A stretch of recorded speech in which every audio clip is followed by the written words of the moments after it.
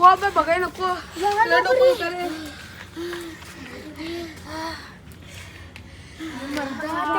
लई बेकार पडलं डोळा असं बिसं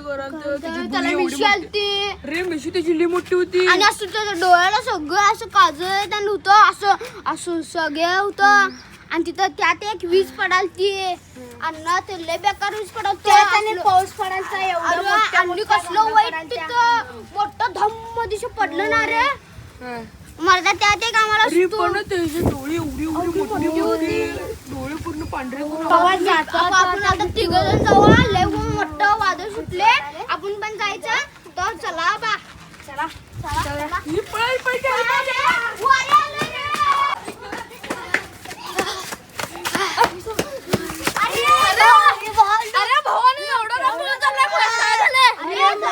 काय सांगू तिथं मोठ्या मोठ्या इजा पडायला लागल्या तिथं कसलं वादळ सुटले मरता आम्ही पळत आलो तिकडं पण ते त्यापेक्षा पण भयानक ना तिकडे ते एकदम काहीतरी विजित नाही एकदमच काहीतरी निघलं डोळे एवढी मोठी आणि मिश्या मोठ्या आवाज आला मोठ्यानं असली डॉल्बी आवाज लावतात की नाही त्याच्यापेक्षा मोठा आवाज आला आणि एकदम पडल्यानंतर ना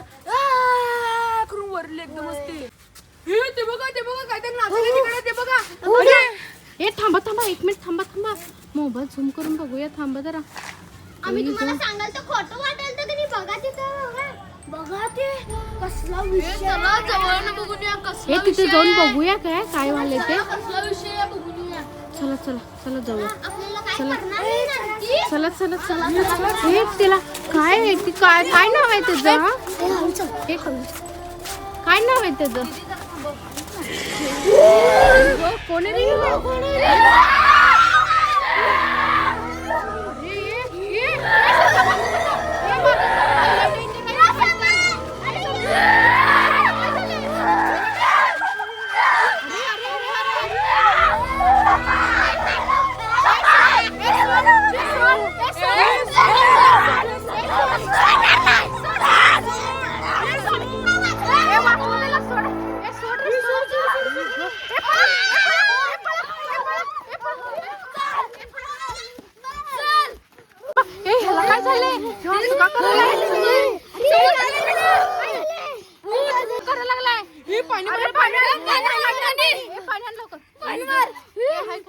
बरं वाटलं का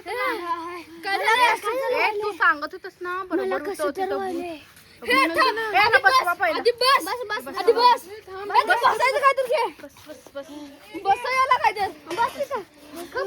तू सांगत बरं होतं आणि तुम्ही सारखं तिथं जाऊ नका काय सांगून ठेवतो आणि त्याला काय तर बंदोबस्त करायला पाहिजे रे आपण काय तर बंदोबस्त करायला पाहिजे रे वीज पडलेला ना तेव्हा यायला पण काहीतरी झालं तेव्हा तिकडे यायला होय काय झालं पण तुला हे ह्याला घरला सोडून येता काय चल तुला घरला सोडून येतो जा त्याला घरला सोडून सोपं झाला काय तर व्हायचं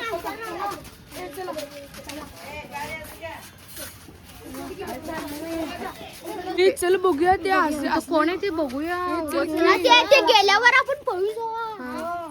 काय सांगू ए हाय तिथं थांब एक मिनिट कोण नाहीस रे तू त्याला काय अरे तुला काय करायचं आम्ही जेवलो काय केलो काय तुझं नाव काय आहे माझं नाव तिरकांडे आहे मी अभयातनं पडले तुम्हाला पकडायला आणि मी तुम्हाला सगळ्याला खाणार आहे ते विजेत वीज लपलेला असतो तुम्हाला माहितीये काय वीज कशी करते ते सक्षम आपण ते वीज कांडी करकडाची बघ तेच वाटतं त्याचं काय तर केलं पाहिजे रे बंदोबस्त आपण हे तुला काय पाहिजे तू तर कसं